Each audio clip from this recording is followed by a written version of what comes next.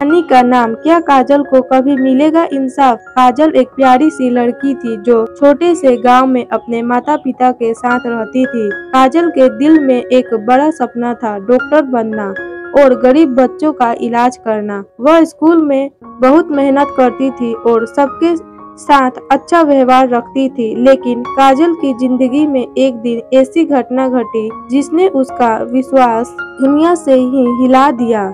एक दिन काजल ने अपने स्कूल से घर लौटते वक्त तभी कुछ लड़कों ने उसे रास्ते में रोक लिया। वे लड़के उससे बदतमीजी करने लगे। काजल डर से कांप रही थी, लेकिन वह अपनी पढ़ाई और अपने सपनों के बारे में सोचकर शांत रही। अगले दिन वह घर आई, लेकिन उसकी आंखों में डर और चिंता का एक काला साया था। उसने अपने माता पिता से यह बात छुपा ली, क्योंकि वह नहीं चाहती थी कि उसके दिल में और दुख आए। लेकिन कुछ दिनों बाद काजल का मन बेचैन रहने लगा। वह सोचने लगी, क्या मैं अपनी जिंदगी में कुछ बदलने के लिए अपनी आवाज उठाऊं? एक दिन उसने खुद से पूछा, क्या काजल को कभी मिलेगा इंसाफ? काजल ने तय किया कि वह चुप नहीं बैठेगी।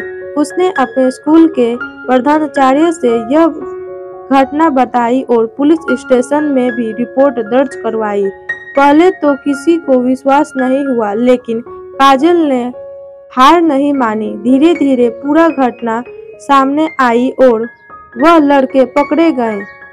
अदालत में केस चला और काजल को इंसाफ मिला।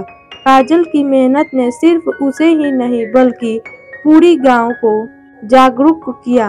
लोगों ने जाना कि अगर हम चुप रहते हैं तो गलतियों को बढ़ावा मिलता है, लेकिन अगर हम आवाज उठाते हैं तो सही रास्ता मिलता है।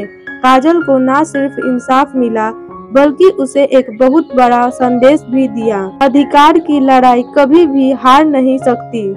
सीख, सच्चाई और इंसाफ के लिए लड़ाई हमेशा कठिन होती है, लेकिन एक बार अगर आप ठान ले तो दुनिया बदल सकती है।